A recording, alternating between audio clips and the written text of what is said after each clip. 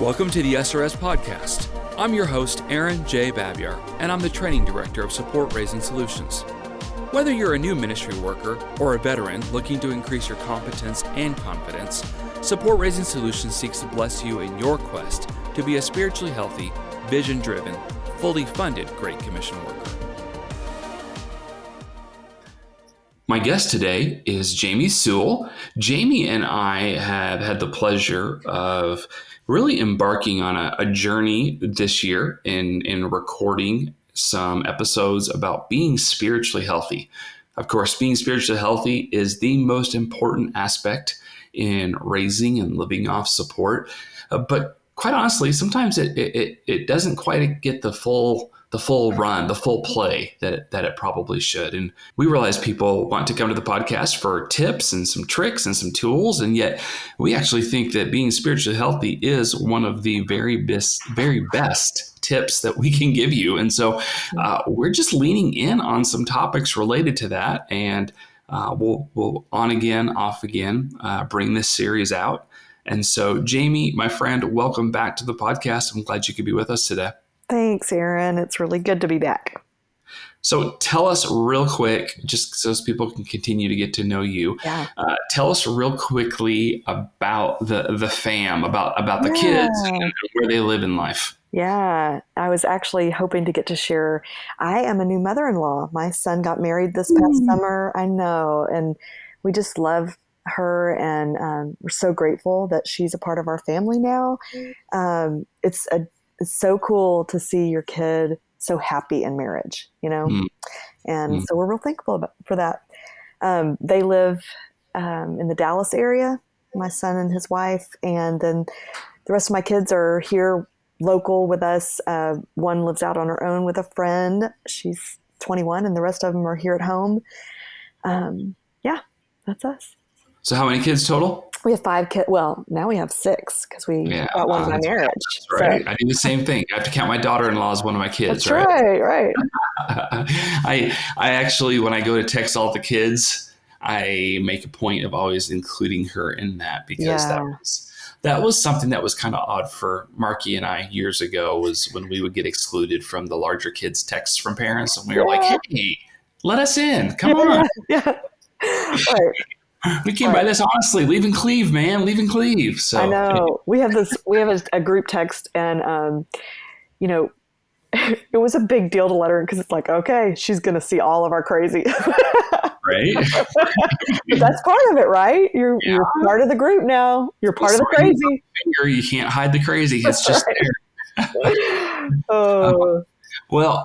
Today we're talking about my limitations. And I think that's something that, depending on where you live in the world and your upbringing and your family of origin, things like that, sometimes we have people that, quite honestly, don't accept that they have any limitations at all. Like they're supposed to, pull themselves up by their bootstraps and just do it and never have any challenges, or we might just call that living in denial. And then we have other people who live out of their limitations and they own their limitations so much that it actually holds them back from being the image bearer that they are. And both of those things and everything in between can really affect how somebody goes about the process of raising support and living on support. And I know that most of our listeners are probably people that they're actively raising support right now, or at a minimum, they're living off support. Maybe they might be trying to help a friend, or they're coaching someone raising support. So that limitations thing, that's a topic in and of itself, isn't it? Yeah, I think you really hit the nail on the head. Like it can be both ends of the spectrum of just like letting your limitations hold you back, but also then being unaware of what your limitations are and or in denial about it. Like either way, like I'm operating out of my limitations, or not recognizing and honoring, because we have some limitations, right? And that's all of us do. Yeah. And so how becoming aware of them and accepting where we are, and allowing God to grow us in that, in using that awareness to um, to to to not allow things to hold us back, and also to walk forward in who we actually are, and be where we really are. Yeah. I've heard, I think I've shared this on probably too many podcasts. In fact, I think I might have shared this in an earlier episode of the series. But one of the limitation things that, I just label it as a lie that we believe, because I've heard it from so many people all over the world, is people will come and say something like, I can't raise support because of where I'm from. Mm. And it would be shocking to hear all the different places where people say that they can't raise support because they're from. Yeah. And I've heard it from every state in the U.S. Like, where somebody's like, well, people can't raise support where I'm from because of this. Right. And I've heard it in other countries. I've heard all sorts of, like, it's not just limitations. It moves into blame and denial and sometimes there might actually be some like really legitimate challenges. So I want to recognize that there might be some really legitimate challenges. Right. But I've even heard people bring in like nationality and race and all sorts of different things that they might be true, but also you're very much a beautiful person made in the image of God, and you're not more or less valued in His eyes. And you're not less called somehow because of where you're from or the color of your skin or whatever else. And yet, Jamie, I have heard people use that sometimes out of a place of brokenness, and they're repeating something that was said to them that wasn't true. And my heart just hurts for them. But other times it's really just being used as an excuse to not recognize the image bearer that they are. And so limitations can be real. They can be perceived. We can put a whole lot extra weight onto them. And sometimes they're not. Sometimes they're just not real at all. And so, of course, you and I can't go through every single limitation, but that is one that I have heard quite a bit, where there's like a self-limiting excuse making of, I know God's God and He called me to do this thing, but I can't. And that's kind of hard to wrestle with, because they're looking for a manly answer to a spiritual problem sometimes. Yes. One that I've heard, that I've become aware of, like, just walking with people. I'm not a support raising coach, but because of what I do, I hear a lot of the support raising process. Right. Sure. So one of them that I've heard is, well, that person has this strength, like the strength of woo, or, that person, I'm not motivated in the same way they are, or, and so we kind of put up all these roadblocks or these limitations, right, to why we can't do this.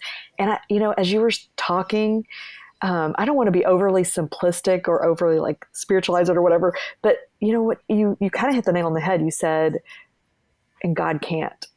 It was like, whoa, okay. So limitations are worth exploring because it helps us see what we're believing, right? If I'm saying I can't because of the place I live, if I'm saying I can't because of the way that I am wired, and, I'm not wired that way, or because, I value, like for me, goal setting, the rewards thing is really hard for me. I don't get jazzed up by thinking of a reward at the end of a goal. I have to reframe that, because I'm a little bit different. I'm some people, that's their thing, and they're going to be like, I'm going to work so hard because at the end I'm going to do this. For me, it's more of a, because of the way I'm going to feel when at the end of that, And so, I think that's part of the limitations. We're kind of touching on one part of it, and it's our design, honestly, like that, the way that we're created, what stirs us up, but rather than allowing that to shut us down and think, well, that works for that person, or, that's a big one right there. Yeah. Oh, that works for that time. Big. By the way, I went through the old school Steve Shadrack boot camp back in the early 2000s. listens. Yeah. And I love Steve, but that thing was hard to listen to just because it was 2 days of the same voice. And Steve's got a great voice, but 2 days of the same voice, anybody, I lose focus. Yeah. But, I really wasn't a successful support raiser for a number of years. And it wasn't because, I can't blame anyone other than myself and just some lack of focus. And I didn't have a coach. I really needed a coach. Yeah. If I could go back to myself from years ago, I would be yeah. invest in a support raising coach. You need one. Yes. But that's kind of beside the point. I remember wondering, feeling the limitations and wondering, maybe I'm just not as good with words as like Steve Shadrack is. Yeah. Yeah. Maybe he just has, more of the woo than I do. Yeah. Maybe. And so I'm cognizant of that now all these years later, because I'm like, oh no, there's probably somebody that's saying that about me because I trained their boot camp. Well, there definitely is. There definitely is. But right. man, and they weren't there when I failed terribly for a few years and made a lot of bad choices, including I really should have gone to the boot camp again. I really should have got a sport racing coach. Like they weren't there when I was having to wrestle with, okay, God, I know you called me to do this, but it's hard and I'm not sure what to do next. And I feel so limited. Yeah. So I say all that to say partially just because I'm there. I'm not just like, I'm not blaming other people for something I haven't done. Right. I was feeling my limitations and I was finding any sort of excuse or narrative or anything to not, I guess, be as faithful as I needed to be. Yeah. As you're saying that, though, the thing that comes to my mind is like, oh my gosh, what hope? Like that paints a picture of hope because you had to practice and you had to deal with some challenges and you had to make some mistakes and stand back up again. And, how long has Steve Shadrack been doing this? Right. A long time. Right? A long time. Right. And he does have gifts and things like that probably help him in that. But he, you hear it from his own mouth. He still gets nervous and still gets, afraid to pick up that phone sometimes. And so what came to my mind as you were saying all that was like, that's hope. And practice is a part of that, but also there has to be something bigger than ourselves. There has to be something bigger than our own gifts, our own, what we've got going on for us that helps us stay with it, right? Yeah. In fact, even if you were far more eloquent, I'm talking to the listener here, if you were far more eloquent than Jamie or myself or Steve Shadrack, so let's just say you had the perfect words for everything. Yeah. That's actually not enough. Right. That's not good enough. Right. Because you're never going to be enough in and of yourself. Yeah. You're not God. That's right.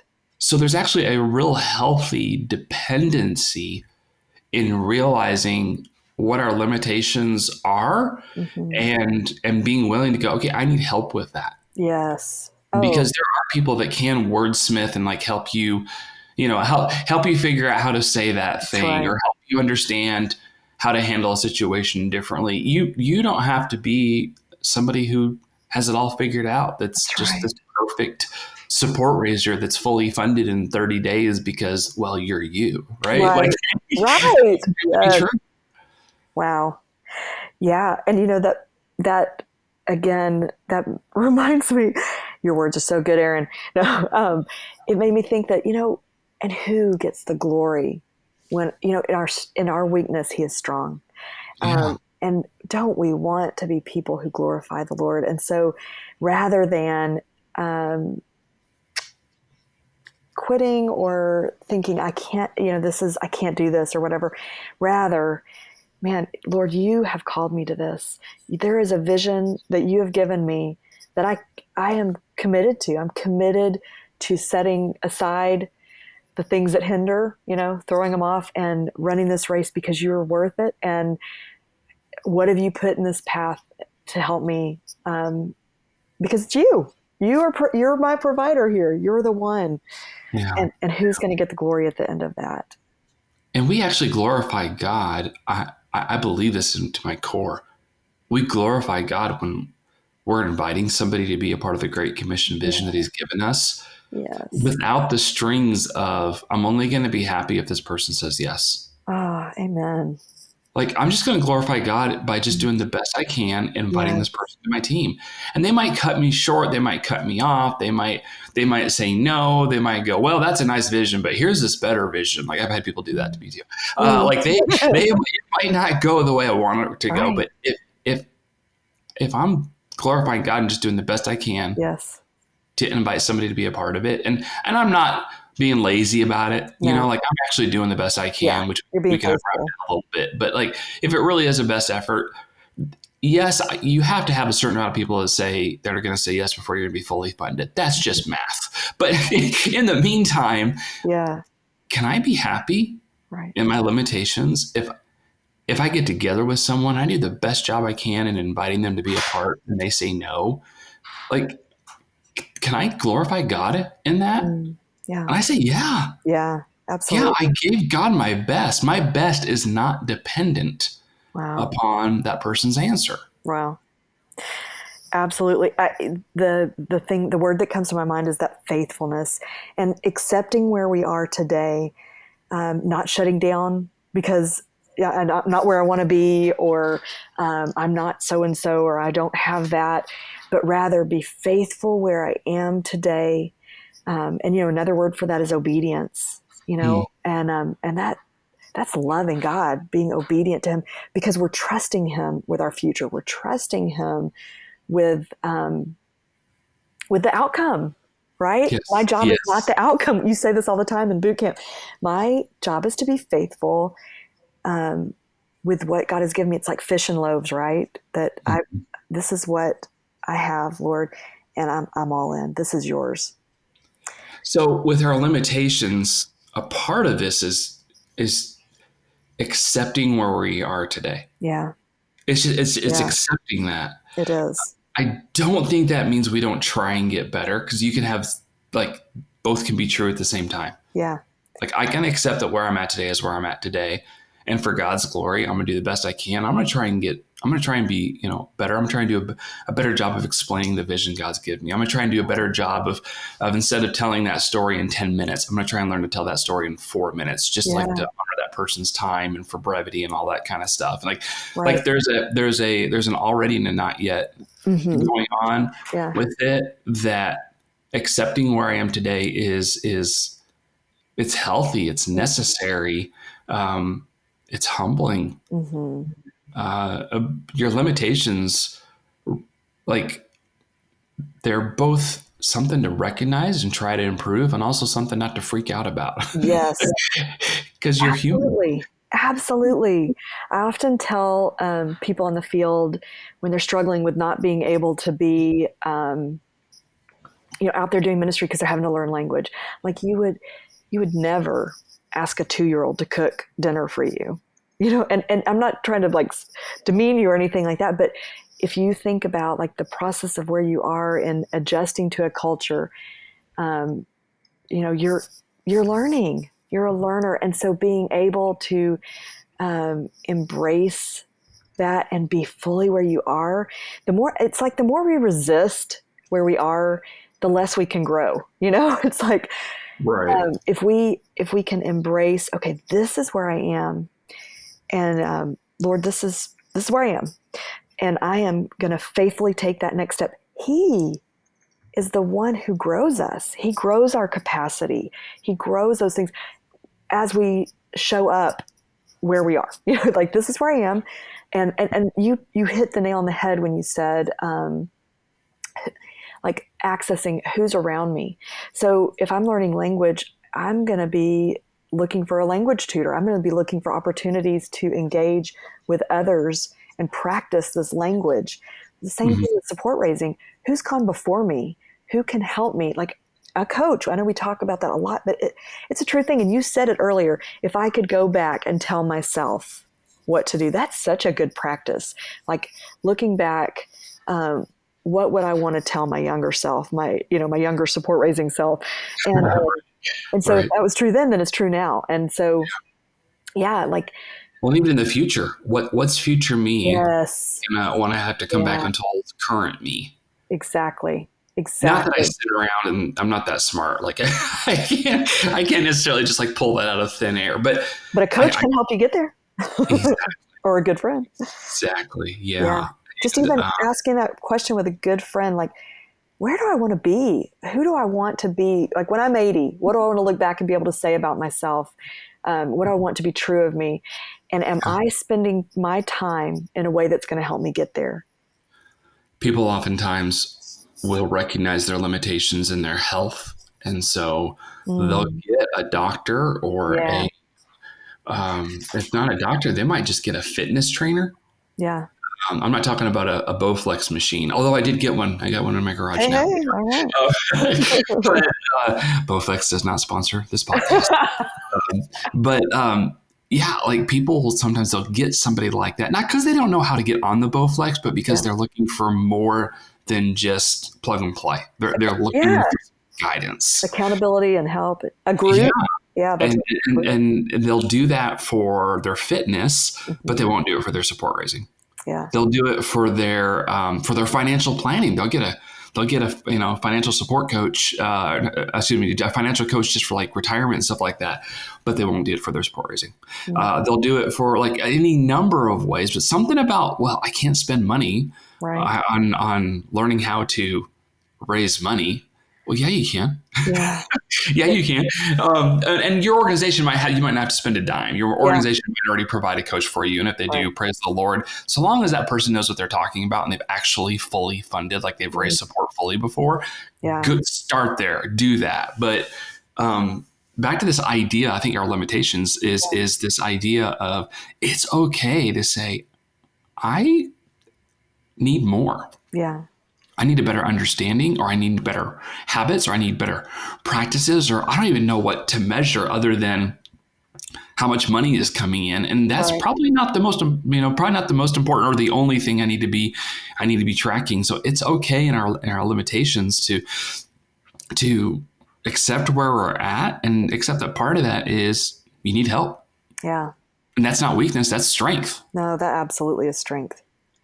Absolutely. Yeah, I think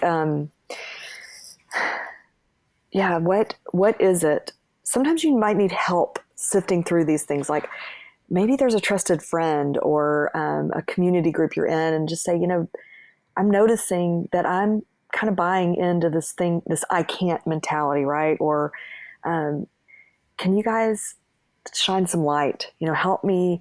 I'm seeing that I'm kind of feeling limited here. What?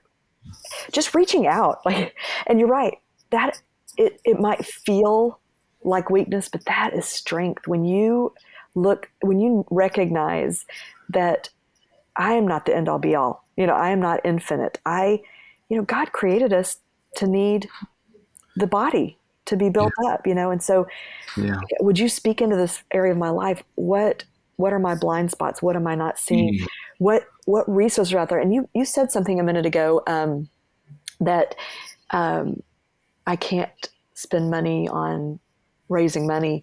And yeah, you can. And that is an investment. And, you know, maybe that is taking that to the Lord in prayer.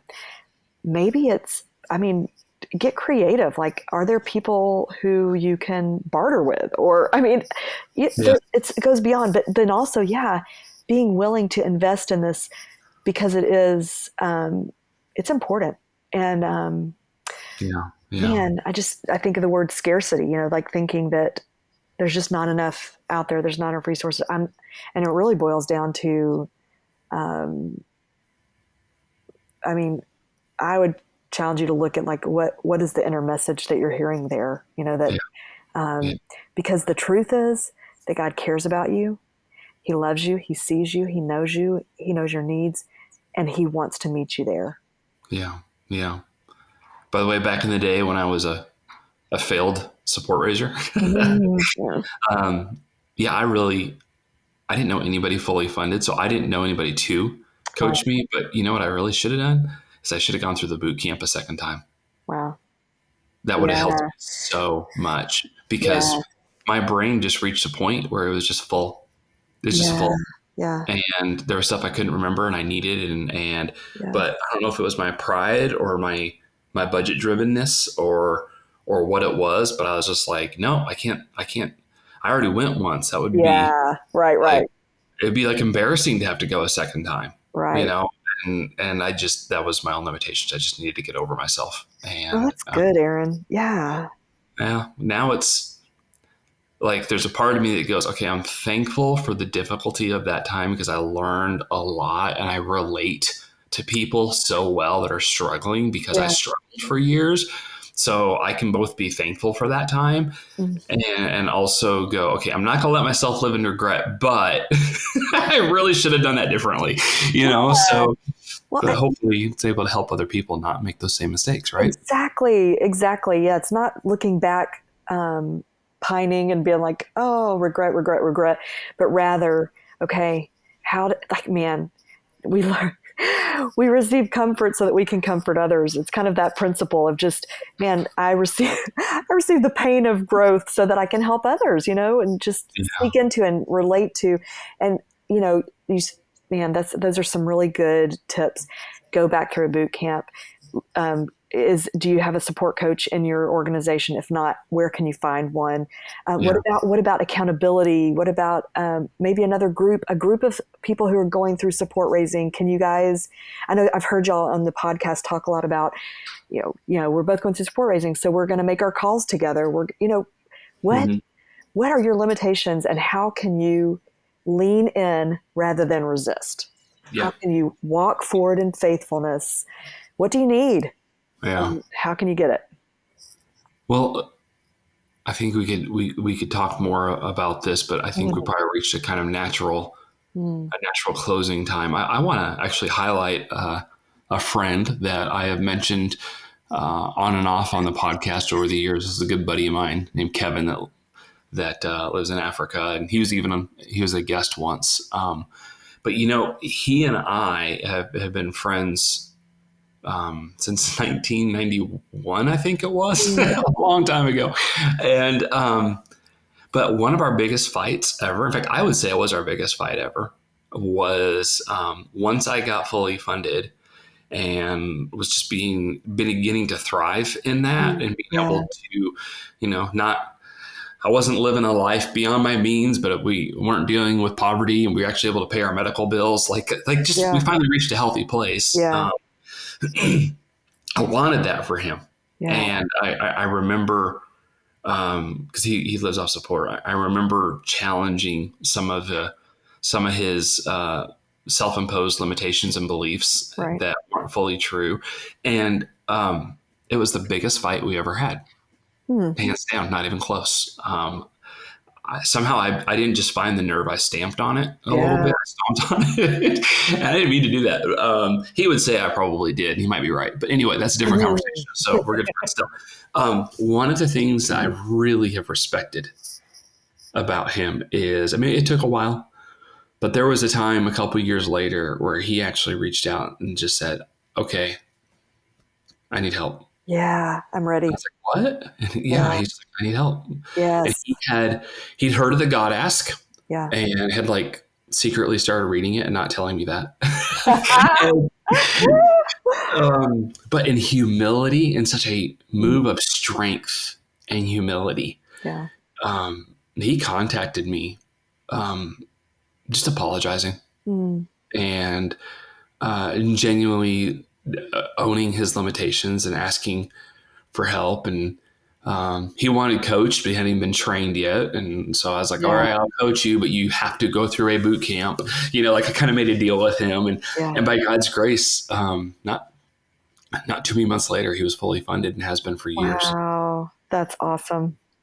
But a lot of that came from him just finally accepting Yes. where he was and accepting his limitations and the lack of training, if not even some poor training his organization had sent his way over the years. And so I'm not here to beat up his organization, but I do want to say, hey, here's a guy that was on the mission field for well over a decade. I know that it was well over a decade Mm. before he finally accepted his limitations and said, okay, you know what?